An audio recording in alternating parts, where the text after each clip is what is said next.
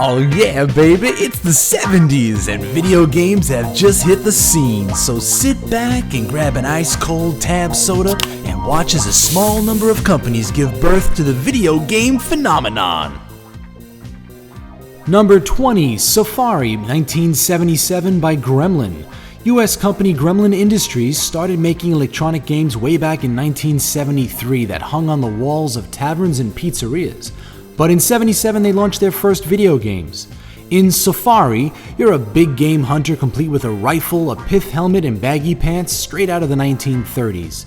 Various beasts like lions, snakes, buzzards, and rhinos sail across the screen as you have to line up your shot. Unfortunately, charging dead animals can still slide into you, knocking you on your ass. The game is scored by which animals you bag and how many under the set time limit. Number 19, Gunfight, 1975, and Boot Hill, 1977, both by Midway. Midway's Gunfight put you in a Wild West showdown with another human competitor as you attempted to blast each other. The controls were basically two joysticks for each player. One would move and the other was shaped roughly like a gun handle to move your gun arm up and down as you fired.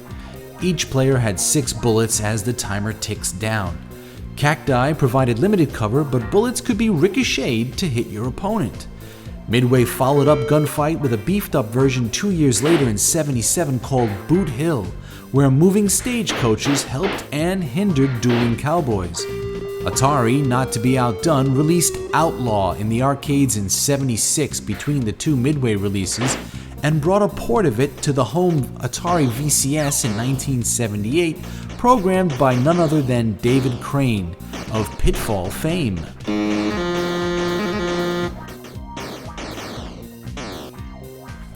Number 18, Starfire by Exidy and Starhawk by Cinematronics, both 1979.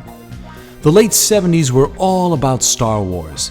It had collectively captured the nation's mind, so of course video games jumped up and mimicked the space opera.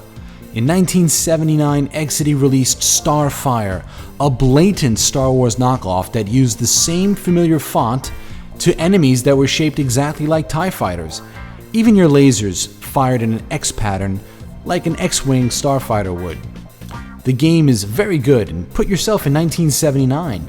You'd think you were Luke Sky something or another. And the game has several awesome distinctions going for it as well. It had color. Most games leading up to that were black and white, or had color overlays. And it was the first sit-down cabinet game. Now, you really felt like you were in an X-Wing. And it was the first arcade game to let you enter your initials after it was over. In the same year, Cinematronics released Starhawk, also jumping on the Star Wars bandwagon, but this time capitalizing on the famous Death Star trench run scene using vector graphics instead of raster. Though maybe not as engaging as Starfire, it is interesting to note that when Lucasfilms did get around to making their official Star Wars arcade game in 1983 with Atari, they opted for a color vector game that used elements from both Starfire and Starhawk. Or did they just model it after their own movie? Touché, Lucas. Touché. Number 17, Seawolf 2 by Midway, 1978. Building on the success of the original 1976 Seawolf, Midway released Seawolf 2 in '78 by taking everything that made the ship hunting game so great and ratcheting it up by adding some color. The design has been copied by many. It's a simple premise. You're a submarine and you fire torpedoes at passing ships as they race above the waves. What made the game so irresistible to players at the arcade was the machine came equipped with a periscope. You literally put your face, well, your eyes mostly, into a periscope that used mirrors to see the action. Seawolf 1, the original, had one periscope, but Seawolf 2 was a head-to-head game where you can play someone and both of you can put your faces in these periscopes. Many arcades even provided step stools for kids to stand on so that they can put their eager little faces into the scope and send those battleships above to Davy Jones's locker. Number 16, Extrainning by Midway 1978. Sports games have always been a thorn in the side of early game makers. Since players knew exactly what to expect, sometimes video game translations of it fell short of expectations. In 1978, Midway took a stab at making a baseball game that captured America's pastime with Extrainning. It succeeded in having players out in the outfield, a concept that Atari could not capitalize on their 1976 game Fly Ball.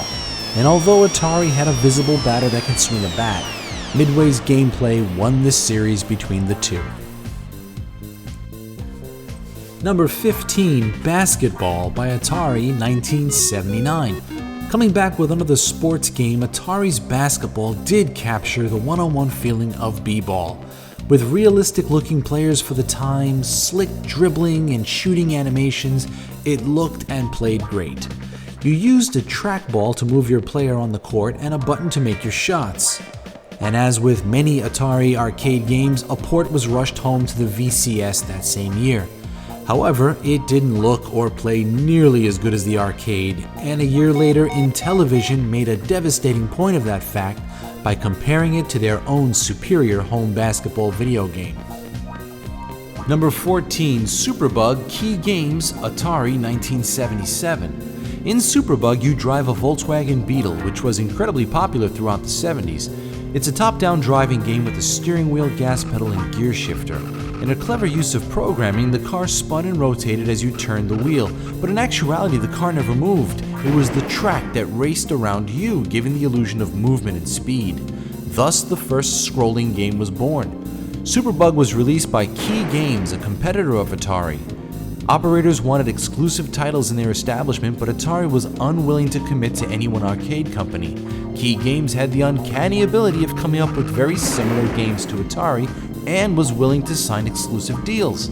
However, it wasn't until later that it was revealed that Key Games was actually owned by Atari all along and was basically playing both sides of the field. After that, all Key Games were disclosed as being wholly owned subsidiaries of Atari Inc. Number 13, Night Driver, Atari 1976. Night Driver was one of the earliest first-person car racing games.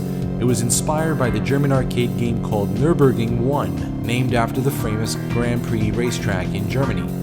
Created by Ted Mitchen at Micronetics, it was licensed to none other than that 70s arcade juggernaut Atari.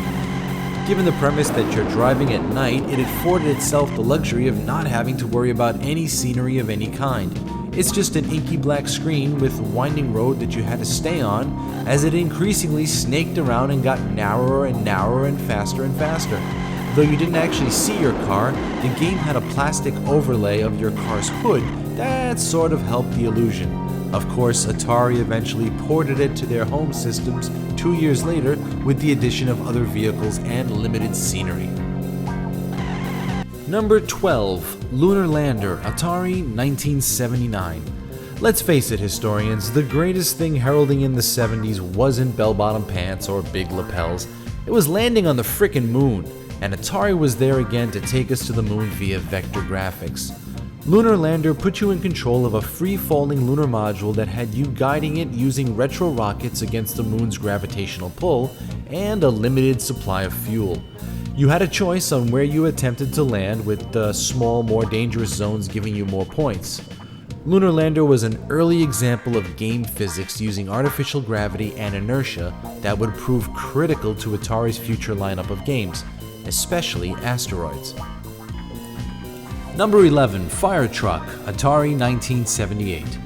Built and designed on the bones of our 14th entry, Superbug, Fire Truck tried to address the fact that there were no cooperative driving games.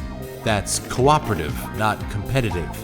So it was designed with two drivers in mind, one to handle the front cab of the truck and gas and the other to steer the tiller in the back.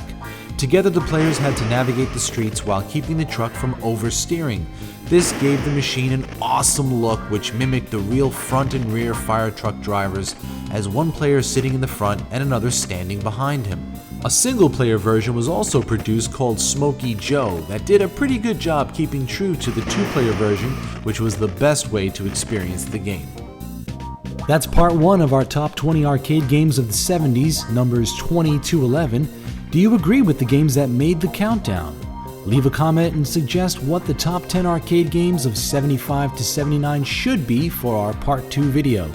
And thanks for watching, and please subscribe for more arcade goodness.